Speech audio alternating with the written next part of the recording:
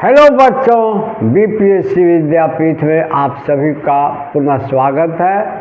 और अभी विद्यापीठ लगातार संविधान में ऑब्जेक्टिव से रिलेटेड क्वेश्चंस को लेकर उपस्थित हो रहा है। और अभी हम लोग प्रेसिडेंट ऑफ इंडिया को डिस्कस कर रहे हैं। इस पर एक वीडियो जारी किया जा चुका है और आज प्रेसिडेंट ऑफ इंडिया पर अगला वीडियो जारी होगा, जिसमें पहला क्वेश्चन है क्वेश्चन नंबर 86। और ये पूछता है कि राष्ट्रपति द्वारा जारी अध्यादेश 1 संसद के सत्रारंभ के 6 महीने तक ही लागू रहेगा। मतलब जब केंद्रीय संसद का सत्र आरंभ हो जाए तो उसके 6 महीना तक लागू रहेगा। ऐसी कोई बात नहीं है। संविधान लिखता है कि राष्ट्रपति अध्यादेश क्योंकि जब तब जारी करता है जब संसद का सत्र नहीं चल रहा है, और जब संसद का सत्र आरंभ हो जाए तो उसके 6 सप्ताह के भीतर यदि संसद उसको पारित करेगा तो आगे रहेगा, अन्यथा नहीं। तो 6 महीना का कोई कॉन्सेप्ट नहीं है, इसलिए गलत है। और दूसरा है कि बिना विधायिका की सहमति के भी अनिश्चित काल तक लागू रह सकता है यदि सर्वोच्च न्यायालय ने सहमति दे दिया हो। यह भी गलत है। इसलिए कि राष्ट्रपति के द्वारा जारी अध्यादेश को सर्वोच्च न्यायालय से सहमति मिलने का कोई प्रावधान हमारे संविधान में नहीं है। हाँ, संसद के दोनों सदनों की सहमति सत्र के आरंभ होने के 6 सप्ताह के भीतर है, अन्यथा सर्वोच्च न्यायालय की सहमति का कोई प्रावधान नहीं है। तो ये दोनों कथन गलत हैं, इसलिए इसका आंसर होगा कोई नहीं। अगला प्रश्न है राष्ट्रपति पर महाभियोग के संबंध में सही नहीं है इम्पीचमेंट के संबंध में सही नहीं है। पहला है महाभियोग प्रस्ताव का प्रारंभन किसी भी सदन में हो सकता है, सही है। संविधान कहता है कि राष्ट्रपति पर जो महाभियोग का प्रस्ताव लाया जाता है या आरोप दाखिल किया जाता है उसका आरंभ संसद के किसी भी सदन में, या तो लोकसभा या राज्यसभा, कहीं से हो सकता है, ये सही है। दूसरा है कि प्रस्ताव को प्रस्तुत करने के लिए सदन के गणपूर्ति की सहमति आवश्यक है, ये गलत है। गणपूर्ति का मतलब होता है 1/10 कोरम, जबकि संविधान कहता है कि संसद के किसी सत्र में इसे आरंभ किया जा सकता है, लेकिन शर्त यह है कि जिस सदन में इसे आरंभ किया जा रहा है उसकी कुल सदस्य संख्या के 1/4 सदस्य द्वारा लिखित संकल्प या सहमति के रूप में इसको प्रस्तुत किया जाएगा। तो सहमति तो चाहिए, लेकिन गणपूर्ति का नहीं, 1/10 का नहीं, 1/4 का। तो ये गलत हो गया। और तीसरा है कि राष्ट्रपति पर लगाए गए संवैधानिक कदाचार के आरोप की जांच बाद वाले सदन में होती है, बिल्कुल सही है। राष्ट्रपति पर जो आरोप होता है कि इन्होंने संविधान का उल्लंघन किया है या संवैधानिक कदाचार किया है, इसकी जांच पहले वाले सदन में, मतलब जिसमें प्रस्तुत किया जाता है उसमें गहनता से नहीं होती, बाद वाले सदन में होती है। तो ये बाद वाला सदन राज्यसभा हो सकता है यदि लोकसभा में आरंभ हुआ हो, और लोकसभा हो सकता है यदि राज्यसभा में आरंभ हुआ हो। तो ये सही है। इसके बाद है महाभियोग प्रस्ताव को पारित करने के लिए संसद के संयुक्त सत्र का प्रावधान नहीं है, बिल्कुल सही है। महाभियोग प्रस्ताव को पारित करने के लिए दोनों सदनों को अलग अलग पारित करना होगा। दोनों सदनों को एक साथ बैठा करके संयुक्त सत्र बुला करके पारित करने का कोई प्रावधान नहीं है। तो ए, सी और डी सही है और बी गलत है, तो आंसर होगा बी। नेक्स्ट है कि अनुच्छेद 58 के अनुसार राष्ट्रपति के रूप में निर्वाचित होने के लिए निम्नांकित में कौन सी अर्हता यानी योग्यता जरूरी नहीं है। आप सभी जानते हैं कि भारत के संवैधानिक पद के लिए योग्यताएं निर्धारित हैं। माने किस योग्यता के आधार पर किसी संवैधानिक पद को धारण किया जाएगा, और राष्ट्रपति के पद को धारण करने के लिए क्या क्या योग्यताएं जरूरी हैं, अर्हताएं, एलिजिबिलिटी, इसका उल्लेख आर्टिकल 58 में है। और इनमें कौन सी योग्यता जरूरी नहीं है। ए, न्यूनतम आयु 35 वर्ष, बिल्कुल सही है। राष्ट्रपति का पद धारण करने के लिए मिनिमम एज 35 ईयर्स होना चाहिए। भारत की जन्मजात नागरिकता, ये गलत है। एक्चुअली भारत का नागरिक होना चाहिए, लेकिन हम सभी जानते हैं कि भारत की नागरिकता सामान्यतया दो प्रकार की है। आम नागरिकता, एक जन्मजात नागरिकता बाय बर्थ, और एक अर्जित नागरिकता। अर्जित नागरिकता जैसे देशीकरण द्वारा कोई भारत की नागरिकता को प्राप्त करता है, पंजीकरण द्वारा कोई भारत की नागरिकता को प्राप्त करता है। तो सामान्य अर्थ में भारत की नागरिकता दो प्रकार से मिलती है, और भी बहुत सारे तरीके हैं, लेकिन वो विशेष में हैं। सामान्य में आम नागरिकता मिलने का दो तरीका है, जन्मजात और अर्जित। तो संविधान केवल ये लिखता है कि भारत का नागरिक हो, अब वो जन्मजात हो या अर्जित हो, ऐसा कुछ नहीं लिखता है। अतः अगर यह लिखा हुआ है कि भारत की जन्मजात नागरिकता, तो ये गलत है। और इसके बाद लोकसभा के सदस्यता की योग्यता होनी चाहिए, ये सही है। और सरकार के अधीन किसी लाभ के पद को धारण नहीं करना चाहिए, भी सही है।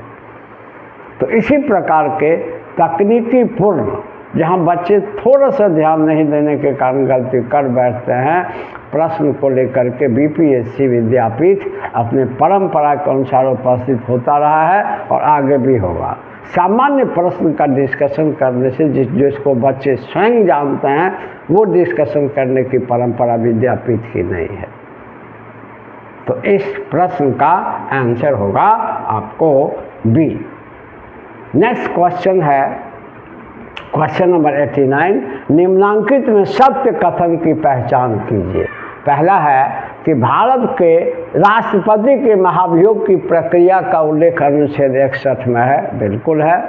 भारत के राष्ट्रपति को पर जो महाभियोग लगता है उसका क्या प्रोसेस होगा, उसका उल्लेख आर्टिकल 61 में है, सही है।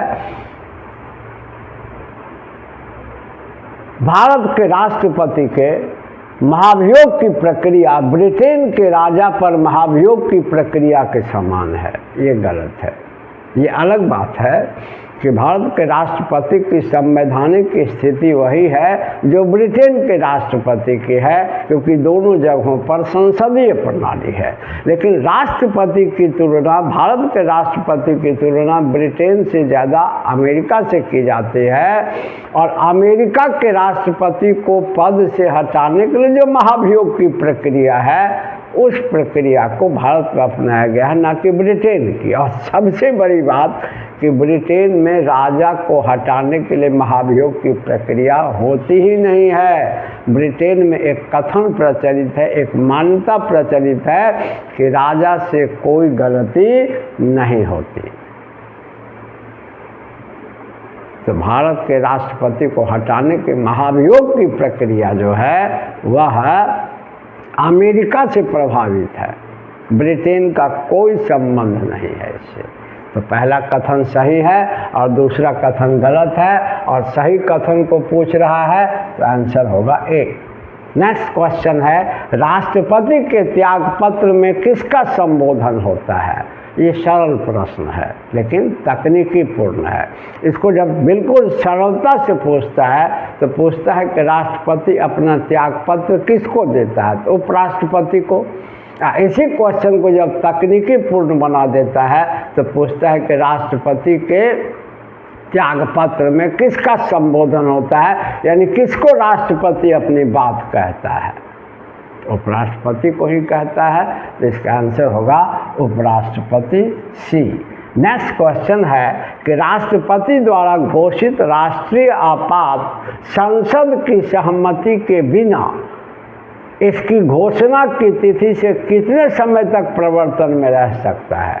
हम सभी जानते हैं कि राष्ट्रपति 3 आपात की घोषणा करता है, अनुच्छेद 352 के अधीन राष्ट्रीय आपात नेशनल इमरजेंसी, 356 के अधीन राजकीय आपात स्टेट इमरजेंसी जिसको राष्ट्रपति शासन भी कहते हैं, और 360 के अधीन वित्तीय आपात।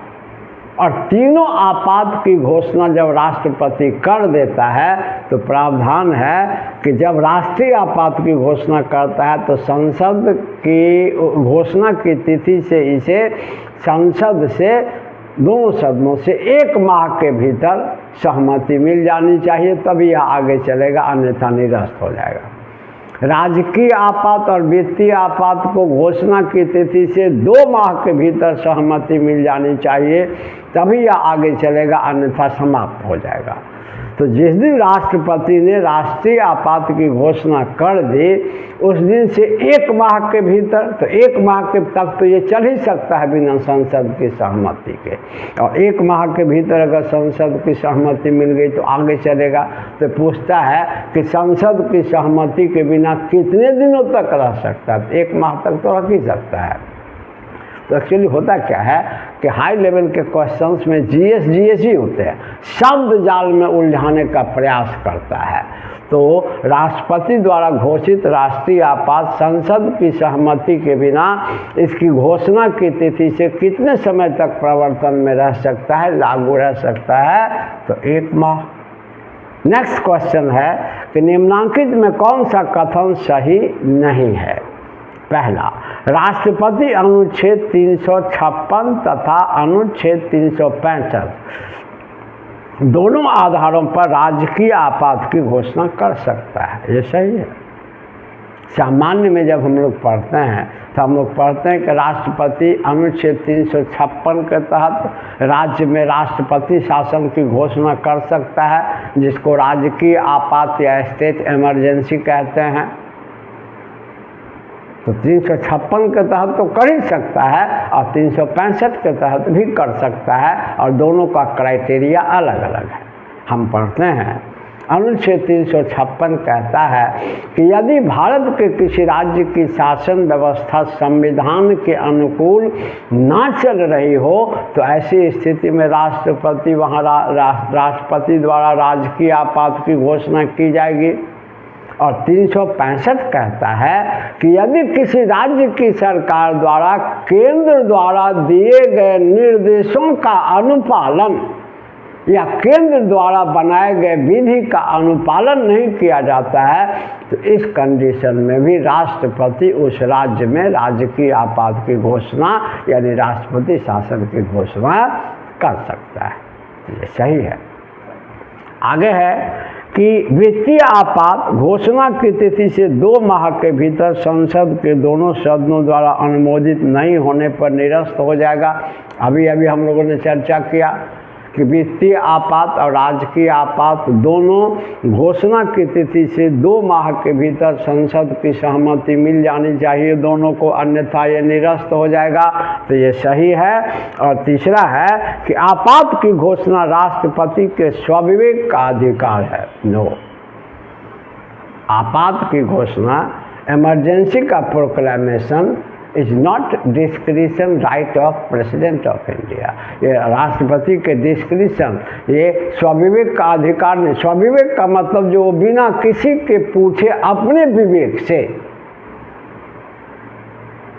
घोषित करेगा, जबकि संविधान लिखता है कि राष्ट्रपति किसी भी आपात की घोषणा करेगा तो मंत्रिपरिषद की सहमति सलाह अनिवार्य है। तो यहाँ राष्ट्रपति का अपना विवेक कुछ नहीं करता, इसीलिए आपात की घोषणा राष्ट्रपति के स्वविवेक का अधिकार नहीं है। तो इसमें गलत हो गया आपको सी, और इनमें से कोई नहीं, ये तो होगा नहीं, क्योंकि पहला और दूसरा सही है।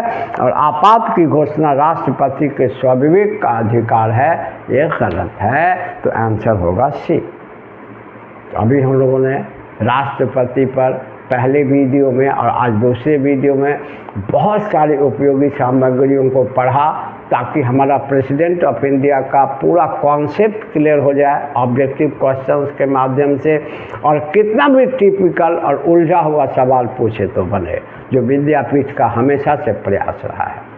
तो मेरा विश्वास है कि आपको ये वीडियो अच्छा लगा होगा, और अगर कंटेंट अच्छा लगता हो तो आप चैनल को सब्सक्राइब ज़रूर करें, वीडियो को लाइक और शेयर ज़रूर करें, और फिर इसी प्रकार के प्रश्न को लेकर के उपस्थित होगा पुनः विद्यापीठ। तब तक के लिए धन्यवाद।